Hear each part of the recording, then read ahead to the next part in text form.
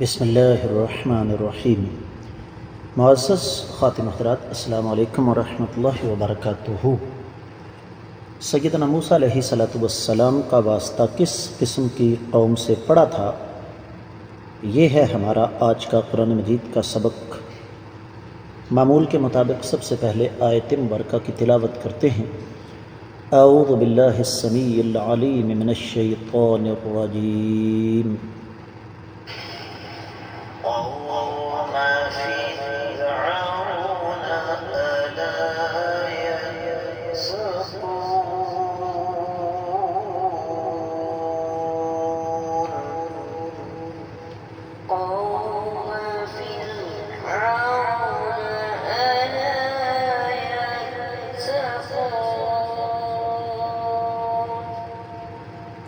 معزز خواتین و حضرات، رب کائنات کی پاکیزہ کتاب قرآن مجید پارہ ہے 19واں سورۃ الشعراء، آیت مبارکہ ہے 11۔ رب کائنات ارشاد فرماتے ہیں قوم فرعون کی طرف، الا یتقون، کیا وہ پرہیزگاری کا راستہ اختیار نہیں کریں گے؟ اصل میں اس آیت مبارکہ کا تعلق پچھلی آیت مبارکہ کے ساتھ ہے، جس میں رب کائنات نے فرمایا وَإِذْ نَادَى رَبُّكَ مُوسَىٰ أَنِ ائْتِ الْقَوْمَ الظَّالِمِينَ، جب آپ کے رب نے موسیٰ علیہ السلام کو آواز دی کہ آپ ظالم قوم کے پاس جائیے، اور وہ قوم فرعون کی تھی اور وہ اللہ تعالیٰ سے ڈرنے والے نہیں تھے۔ امام ابن کثیر رحمہ اللہ نے اس آیت مبارکہ کی تفسیر میں کچھ بھی نہیں کہا ما سوائے اس کے کہ سورہ طٰہٰ کی کچھ آیات مبارکات لے کر آئے، اور وہ آیات مبارکات انشاءاللہ ہمارے ساتھ ساتھ چلیں گی۔ دیگر کتب تفسیر کا جائزہ لیا جائے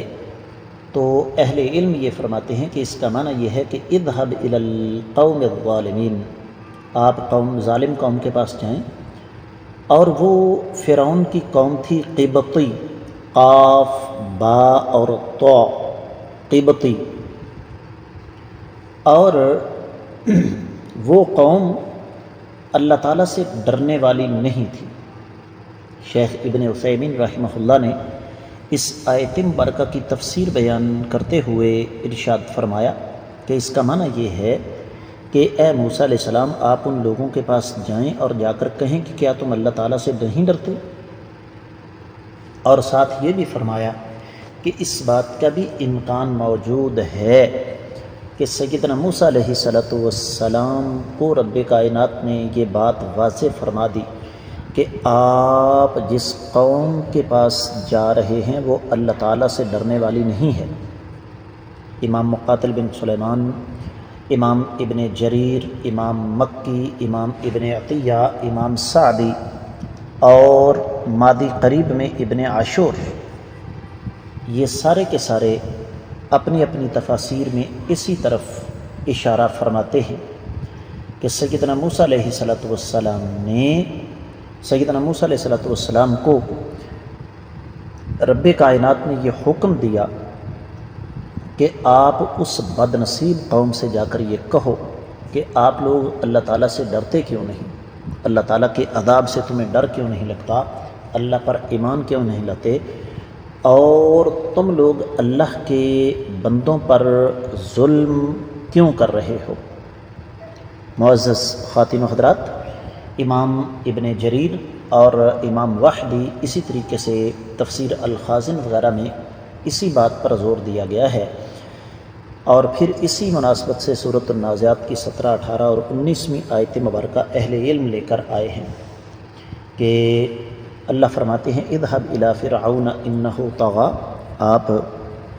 فرعون کی طرف جائیں، اس نے سرکشی کی ہے، فقل هل لك الى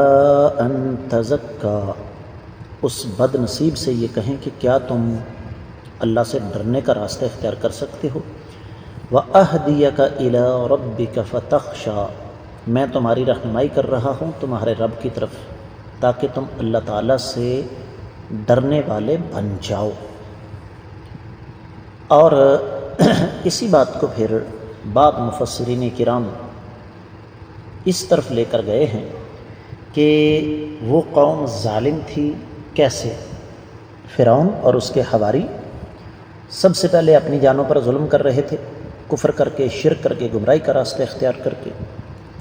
اور انہوں نے پھر بنی اسرائیل پر یہ ظلم کیا کہ ان کو قتل کیا، ان کو سزا دی، ان کو غلام بنایا۔ تو یہ موسیٰ علیہ السلام نے اللہ تعالیٰ کے حکم سے جا کر انہیں کہنا تھا کہ اللہ سے ڈرو جس نے تمہیں پیدا کیا، تمہیں رزق دیا، اس کے باوجود تم کفر اور گمراہی کا راستہ اختیار کرتے ہو۔ اور یہ ایک اور بڑا اہم نقطہ واحد تفسیر میں لکھا ہوا ہے کہ سیدنا موسیٰ علیہ السلام ان کے تمام حالات سے بخوبی واقف تھے، کیونکہ موسیٰ علیہ السلام کی پرورش اسی ماحول میں ہوئی تھی۔ موسیٰ علیہ السلام نے بذات خود اپنی آنکھوں سے دیکھا تھا کہ فرعون اور اس کے حواری اپنے اوپر بھی ظلم کر رہے ہیں اور بنی اسرائیل پر بھی ظلم کر رہے ہیں۔